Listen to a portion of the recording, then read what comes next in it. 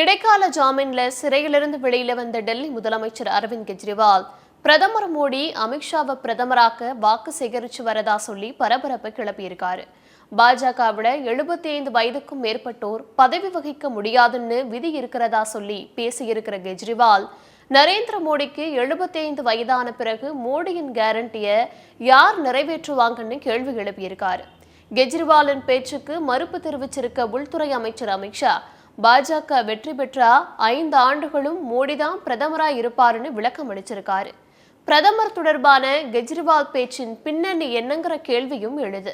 பாஜகவின் பிரதமர் வேட்பாளர் மோடியா அமித்ஷாவா? கெஜ்ரிவால் பேசியதன் பின்னணி என்ன? இதையெல்லாம் தான் ஸ்பாட்லைட்ல பார்க்க போறோம். டெல்லி மதுபான கொள்கை முறைகேடு வழக்கில் இடைக்கால ஜாமீன் வழங்கப்பட்டதை அடுத்து திகார் சிறையிலிருந்து வெளியில வந்த டெல்லி முதலமைச்சர் கெஜ்ரிவால், இந்தியா கூட்டணியின் பிரதமர் வேட்பாளர் யாருன்னு கேட்கும் மோடியிடம் பாஜகவின் பிரதமர் வேட்பாளர் யாருங்கிற கேள்வியை எழுப்பியிருக்காரு. மேலும் பாஜகவின் விதிப்படி 75 வயதுக்கும் மேற்பட்டவர்கள் பதவி வகிக்க முடியாது என்பதால விரைவில் 75 வயதை எட்டவருக்கும் பிரதமர் மோடி அமித்ஷாவை பிரதமராக்க வாக்கு சேகரித்து வருவதா சொல்லி பரபரப்பு கிளப்பியிருக்காரு கெஜ்ரிவால். இந்த விதியை கொண்டு வந்தவரே பிரதமர் மோடிதான் குறிப்பிட்ட கெஜ்ரிவால், மோடியின் கேரண்டியை அமித்ஷா நிறைவேற்றுவாரா அப்படின்னு கேள்வி எழுப்பியிருக்காரு. அது மட்டும் இல்லாம பாஜகவினர் அமித்ஷாக்கு வாக்கு சேகரிக்கிறோம் அப்படிங்கிறத நினைவுல வச்சுக்கணும்னு சொல்லியிருக்காரு. இந்த தேர்தலில் பாஜக வெற்றி பெற்றா தமிழ்நாடு முதலமைச்சர் ஸ்டாலின், மேற்கு வங்க முதலமைச்சர் மம்தா உள்ளிட்ட எதிர்க்கட்சி தலைவர்களை பாஜக சிறையில் அடைக்கும்னு சொல்லியிருக்காரு கெஜ்ரிவால்.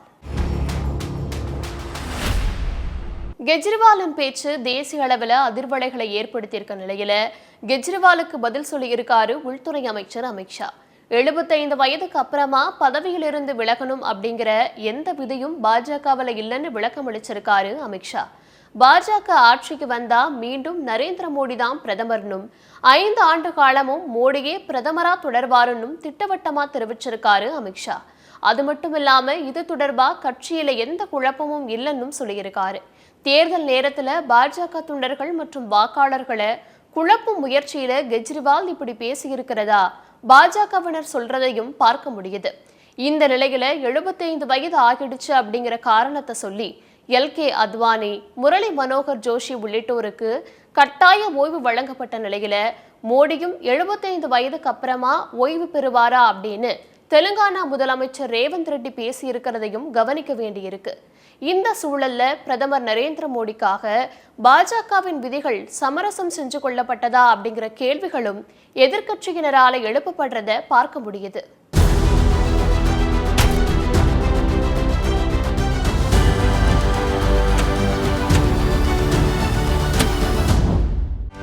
செய்திகளை உடனுக்குடனும் துல்லியமாகவும் தெரிந்து கொள்ள சப்ஸ்கிரைப் பண்ணுங்க.